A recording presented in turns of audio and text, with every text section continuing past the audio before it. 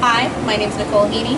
I'm the chef de cuisine of Schooners Coastal Kitchen and Bar at the Monterey Plaza on Cannery Row in Monterey, California. Today we are going to be cooking a pan-seared Monterey Bay sablefish with a faro risotto, caramelized Brussels sprouts, and a warm gizzdish apple puree. So the first thing we're going to get started will be the puree. I use 3 or 4 gizzdish apples, depending on the size. Gizzdish apples are raised in Watsonville, California, which is just down the street from us. I leave the skin on for the puree because of the color. It actually turns it light pink, and I quarter the apples. No need for any special cuts, slicing, or dicing because this is going to be for a puree. For this recipe, I also need 1 yellow onion, which I have already taken the liberty of slicing, about 4 ounces of bourbon, and apple juice to cover. So the first thing I will do is preheat my pan, and I get my extra virgin olive oil. Then I add my onion.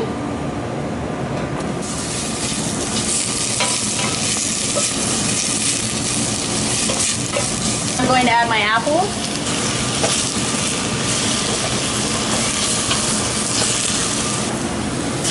I add it. One very important thing when you're cooking with alcohol, always make sure you flambe it. So I'm going to keep stirring this until the flame dies down. I'm going to move this to the back because this is the first project that takes the longest amount of time. I'm going to put this back on about a medium heat, and the next thing we're going to get started is our faro risotto. Started out with my extra virgin olive oil. Faro is a wonderful thing to cook, especially risotto style. Risotto style means cooking it with hot liquid and stirring it and agitating that starch so it's creamy, rich, flavorful. So my pan is preheated. I'm going to add my onion, celery, and carrot. Be careful not to add too much oil. Add that straight in. Stop right about there. Now what I'm doing right now is toasting the faro. Now this is the point where you want to decide if you like adding garlic. Traditionally you add garlic. I love to add garlic to things. I love garlic, especially with Gilroy so close. Garlic capital of the world, can't pass it up. I highly recommend you chop your garlic fresh than buying it processed. It has a lot of water. You lose a lot of flavor. And you can really smell that mirepoix, which is the celery, the carrot, the onion, the faro, and the garlic. It smells very nice. Now beside this, I have hot stock. You can use vegetable stock, beef stock, chicken stock, whatever you want. You can also use water, but I'm a big fan of adding flavor to your dishes, and stock is another great way to do that. Now this is about a 3 to 4 ounce ladle, and I'll add enough stock to just cover it. You keep stirring it. The first time is when you're going to add usually the most stock. This is the point where I start thinking about seasoning a little bit. Kosher salt, fresh ground black pepper. I highly recommend using fresh ground black pepper because inside of a lot of these whole spices are what are called volatile oils. Volatile oils are very flavorful, very strong, but they dissipate quite quickly. So as soon as I grind this, I'll use it for about a day. I want to have that flavor in there. Pre-ground black pepper is basically sawdust in my book.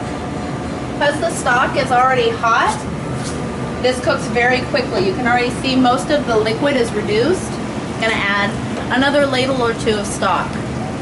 Now faro cooks about the same time as arborio or carnaroli rice, which are the 2 traditional rices used in risotto.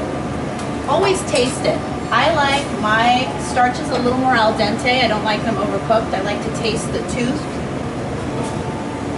Just keep an eye on your faro. Make sure it does not run out of liquid, or you could risk scalding the bottom of the pot and burning it. We're going to do our next step, which is sauteing Brussels sprouts. All I do is I get a regular saute pan and preheat it. You're going to hear me say that a lot because it's important. Now that my pan is properly preheated, I'm going to add a little bit of extra virgin olive oil. My Brussels sprouts are cut in half, and you can either blanch them lightly right before you saute them, or you can cook them raw. Some people like them crunchy, some people like them soft. I am more towards a crunchy al dente Brussels sprout. They have a lot of great flavor. And place them lightly in the pan.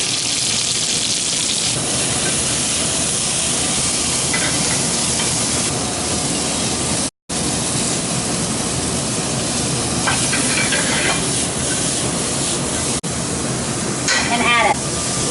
That butter's going to melt and caramelize these Brussels sprouts. Make sure again you're checking your faro and you're keeping an eye on your apple puree. This is the point. We look at the faro again. You can start to see that that stock is almost fully reduced. So I'm going to add more stock.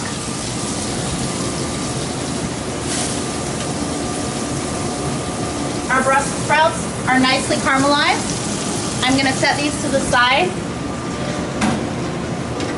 And the next thing is the sablefish, also known as black cod, butterfish. It's very sustainable. Ours is coming out of Monterey Bay. It's one thing I'm very excited about working at the Monterey Plaza Hotel. They have a great sustainable seafood program that's been going on for 15 years. So we get our pan. One thing about sablefish, I love to sear its skin on.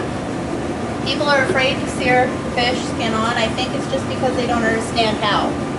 So the things I do, my tricks of the trade when I'm searing any kind of fish, if there's a little extra moisture on the fish, I get a paper towel and I just pat the fish down. I then season both sides of the fish with salt, fresh cracked pepper. You want to get this pan nice and hot. It's on a medium-high heat right now. Then I'm going to turn it to a medium-low. I want to get that skin seared, but I don't want to burn the skin. And the best way to do that is to turn your heat to a medium-low. Again, keep an eye on your faro. Just get a little bit of nice hot stock added to there. I'm going to gently place the fish skin side down into the pan.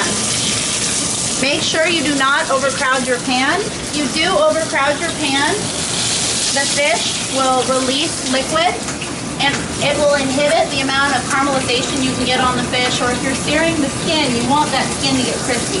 Everyone should have one of these. If you're tempted to buy the really big, long fish spatulas, don't. Most of the time they're too big for your, if they're too big for your pan, they're too big for your fish. I highly recommend a wooden handle because plastic handles melt. Take your pan and you just gently move it. And it's showing you, this fish is telling you, hi, I'm cooking, I'm not sticking, I'm searing properly. And you really don't want to fuss with it too much. Because if I was getting a little antsy, a little anxious, you can tear off the skin, you can break the fish. Listen to the fish. The fish is going to tell you when it's done. The one thing I love about sablefish is that it is almost bulletproof. It will not dry out. It is always moist, flavorful, delicate. A lot of people liken it to Chilean sea bass. But unlike Chilean sea bass, this is sustainable and absolutely good for you. And again, keeping an eye on that faro. We're getting close to being done. You see how the faro is starting to puff up? And notice the liquid. See how it's not clear? That's that starch releasing into the liquid. And that's going to that's building body and richness in the flavor. I'm going to get a little bit of butter. That's going to help deepen the caramelization. Put it in the pan. And I just let it do its work. Now, if you have a piece of fish that is sticking, butter's going to help you loosen it up. So this is the point where I'm going to flip it. I take my spatula, gently place it under the fish, and if that side doesn't work, try another side. This is another point where I really stress not overcrowding your pan, because if you have too much fish in here, whoop, these guys are sticking together, it's going to be difficult to flip Take the pan, flip. I don't like to use tongs. This fish is very delicate. A spatula will do the job. So I've got my butter in there. My fish is flipped. The skin is nice and crispy because this is where you can baste your fish. So I just gently baste the fish in this butter. This is the point where I can turn it off, put it aside until right before we serve it. Now we're getting to the point where the faro is done.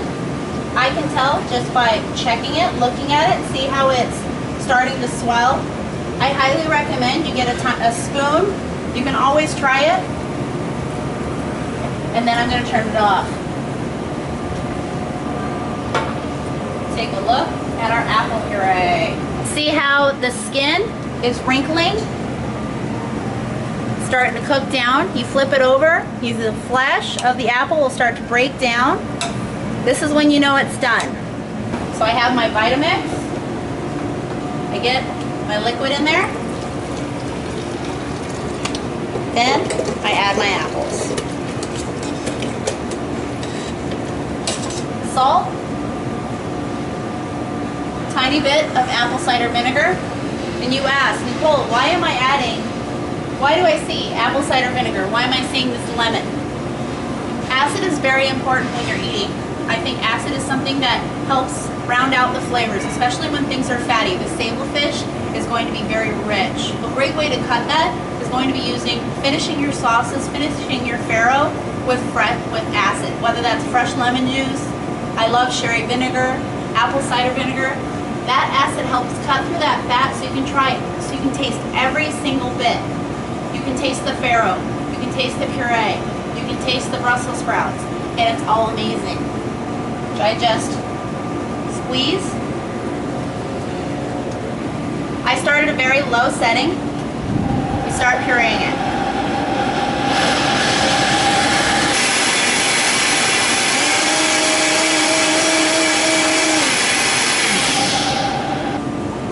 And we can see that puree. Pour this back in the pot because I have a good place for it. And of course, try everything. Have tasting spoons. Make sure everything tastes right to you. But first, just finish the risotto because I have a little bit of Asiago cheese, a little butter, fresh herbs, my salt, my pepper, and then I'm just going to stir this up, and it's going to get very creamy. Nice drizzle of fresh lemon juice. You always add your fresh herbs right before you serve it. The color fades very quickly. Now the fish with the brown butter, all we're going to do for this sauce is add a tiny bit of fresh lemon juice and herbs for color. And now we can plate. I always add my sauce first. Just gently place it on your plate. They're nicely caramelized.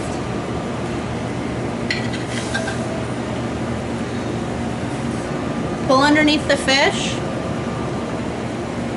and place it right on top of that faro. This is where I grab my spoon, get a little bit of that brown butter sauce, and that is it. That is our pan-seared sablefish served from Monterey Bay. It's going with a gift stitch apple puree, faro risotto, and caramelized Brussels sprouts.